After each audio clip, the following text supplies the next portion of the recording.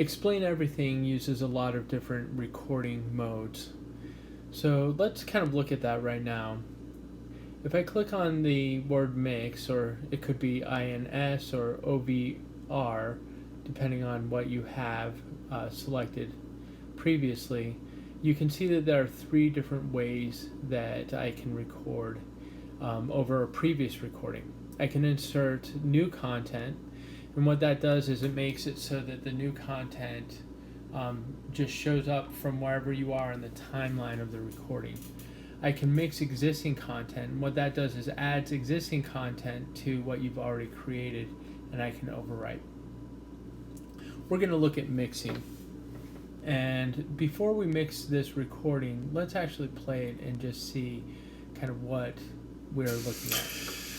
Have you ever noticed how the surface of the moon looks different over the course of the month? During a full moon, you can see the entire surface of the moon illuminated in the night sky. And then slowly, gradually, So what I'd like to do is I'd like to take one of these arrows, and I'd like to use them to point at our graphic of the moon, or the phases of the moon, as we're talking about it. So to do that, I'm going to use the cut tool, and I'm just going to copy this arrow. And so now I can use it to kind of point at different phases of the moon.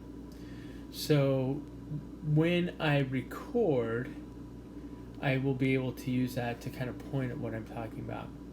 But first, let's talk about a few things when using mix. Number one, right now my microphone is muted, and I want to keep it that way because when I'm mixing, I don't want the feedback or my voice or anything from kind of the remixing audio to interfere with the existing audio. So if you have existing audio on your recording already, I would highly recommend using the mute microphone. If you're wanting to add audio, then that's a different story, and it really depends on what you want. The other thing is my timeline has kind of progressed, so I'm going to go back to my timeline. And one of the things that happened, actually, that I noticed is that I had actually added that arrow kind of earlier in the timeline.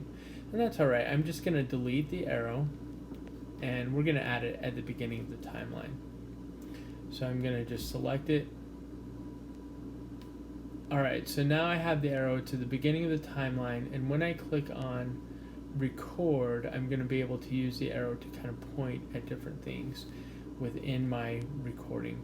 So once again, it's muted. I'm going to hit record, and I'm going to use the arrow to point at some of the things I'm talking about. Have you ever noticed how the surface of the moon looks different over the course of the month?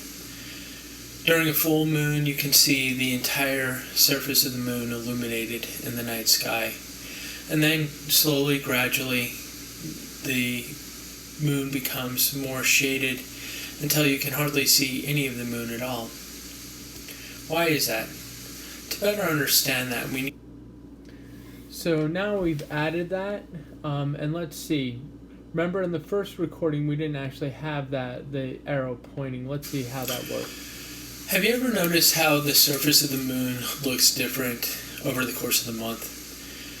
During a full moon, you can see the entire surface of the moon illuminated in the night sky. And then slowly, gradually, the moon becomes more shaded until you can hardly see any of the moon at all. Why is that? To better understand that, we need to look at the way that the moon... So I paused the recording, and I kind of like the way it looks, and that's essentially how you would use mix. You can use it to add additional content, you can use it to add additional writing to an existing video. And as you add the content, hopefully you can use it to kind of embellish or kind of improve what you were sharing already.